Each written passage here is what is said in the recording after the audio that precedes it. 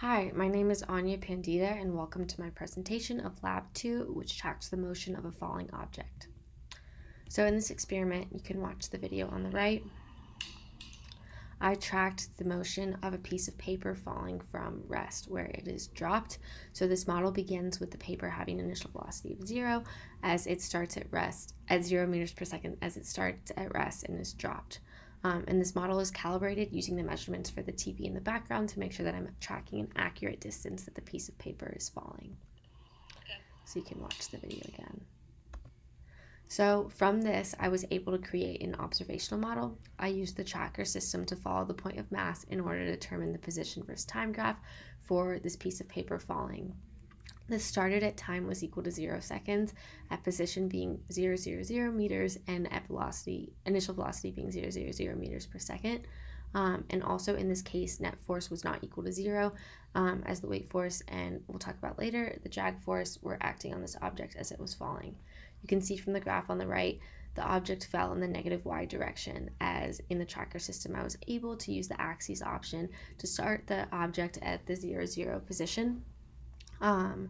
And this object fell for a little bit over 0.3 seconds. From this observational model, I was able to create two computational models. The first one here is the computational model that doesn't include the drag force. You can see here that the net force is based on weight, but not on the drag force. So this model, and you'll see a comparison in later slides, is a good fit at first, but doesn't give an accurate model towards the end, as the final position is a lot lower than the final position in reality. Here you can see the computational model, which includes drag force. So here the net force is based both on the weight force and on the drag force. And this model ended up being a better fit at first. It's a good fit at first, and it is a better model than the one previously, as you can see, because the final position was made to fit the observational model through the starter code and setting my coefficient equal to where the actual observational model ended in regards to position. So here you can see a comparison of the three models that we just discussed. The computational model with drag is the best fitting model, though none of them are perfectly accurate. This one is more accurate as it is calibrated to have the same endpoint as the observational model, and therefore models the points better than the computational model that doesn't include drag force.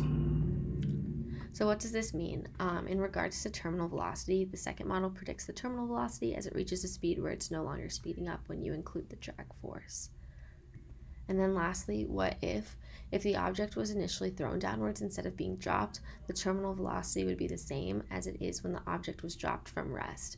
You can tell this by comparing the computer model without an initial velocity. So as you can see, the model on the left, which is the velocity versus time graph from just being dropped, versus the model on the right, which is the velocity versus time graph from being thrown down, the velocities both reach a terminal speed. And thus, the terminal velocity would be the same when an object is dropped from rest versus when an object is thrown. And that concludes my presentation. Thank you so much for watching, and thank you for your time.